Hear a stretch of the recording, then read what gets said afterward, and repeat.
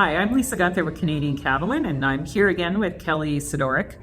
And Kelly, you've been talking to folks at conferences and that kind of thing about their own transition planning stories. So what have you been hearing? Well, I just think it's interesting that as we were talking, some of the time we're really focused on what's not happening. And that is true. And there's a lot of land and wealth and assets that need to transition in the next few years. But there's a lot of people that are making progress. And I've been fortunate enough to sit down and visit with some where they've shared fairly openly. Of course, it's never 100% smooth, but people are making progress and being creative about different ways that they're perhaps getting out of the way or handing things over to the next generation. Yeah, and that is certainly positive because a lot of what we hear is that people aren't doing written plans or they're not even starting the process. But and I guess we don't know what percentage, but whatever the case is, there are some examples out there of people who are doing it or have done it. Yes, for sure. One of the examples that I share is with a really great stockman and businessman who had actually sold their cow herd, but they passed it along, not to their own family, but it's to a neighboring couple that they still work very closely with.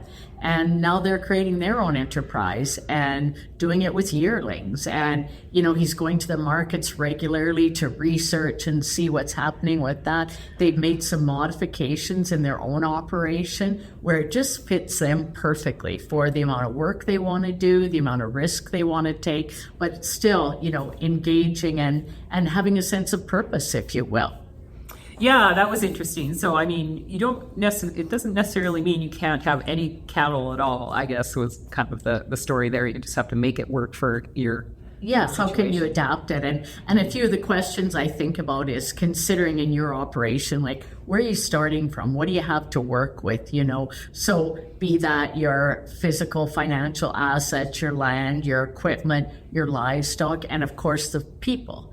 Another point that I think it's helpful to think about is everybody has their own unique comparative advantage. And what is your unique advantage? Talking about that. But also, what are the limiting factors? There's going to be some. Everybody has different ones. Then what really is important to you in your business and in your life? Again, that will be different for everybody. And what are you trying to hope to accomplish in the short term, medium, and long term? Yeah, so it sounds like that's all. Some of that is stuff you probably want to do before you even go talk to your accountant or lawyer. Hey. Oh yeah, and I'm often stressing that we of course need our lawyers and our accountants are an integral part of the process. But the more background planning and visioning really work we can do with our teams, and then we can be able to go to them and say, this is really how we would like things to end up. And so then they can give us some suggestions on what's the best pathway to go forward. Mm-hmm.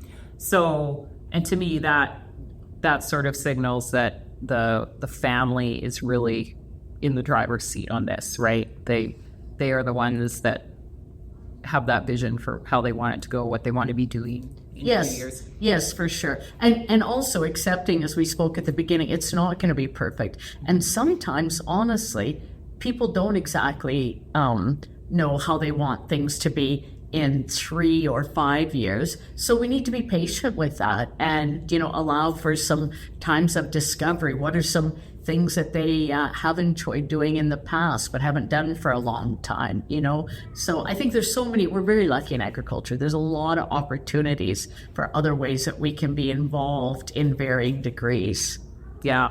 Anything else you want to add today, Kelly? No, I think part of it also comes down to that aspect. I put those questions out there, and so it's going to mean some more conversations and working on our communication, which is harder than fencing and harder than feeding cows, but something we got to do.